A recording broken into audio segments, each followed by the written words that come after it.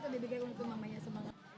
Aminadong sanay mangutang si Bibian tuwing nagigipit. Di raw kasi kinakaya ng budget ang dami ng kanilang gastusin. Noong 2023, umabot daw sa 100,000 piso ang utang niya sa kooperatiba. Ngayong bagong taon, may bagong utang siya na 50,000 pesos dahil daw kay Judith o due date. Bayad namin sa tubig, ilaw, bahay. Kasi wala kayo pang bayad, wala ka pang reserva doon, talagang papalayasin ka. Lalo sa ilaw, puputulan ka. Wala raw siyang choice kundi mag-London. Loan dito, loan doon. Si V naman, nangungutang din daw kapag gipit na gipit.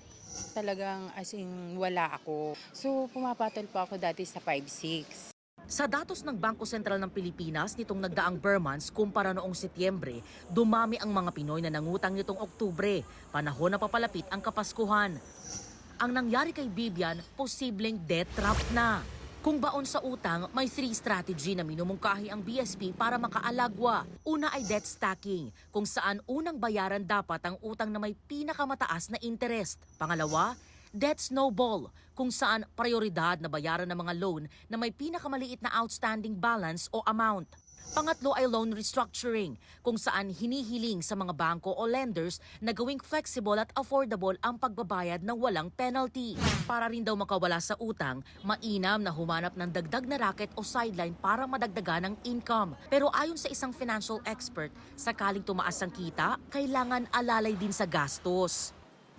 Hindi assurance yun na kung tumaas na yung kita, tumaas na yung sahod, nasa lifestyle. Kung mataas din ang lifestyle, hindi rin may iwasan yung paghiram o pag-utang. Para maging utang-free ngayong 2025, maaari simulan daw sa pag-adjust ng lifestyle na naaayon sa financial capacity. Discipline is a must at matutong mag-stick sa budget. Ang option doon, i-prepare, pag-ipunan, yung gastusin, alam ba kung travel yan, no? Siyempre, leisure yun eh. So, optional din yun.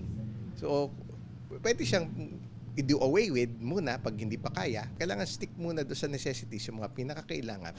Para sa GMA Integrated News, EJ Gomez, nakatutok 24 oras.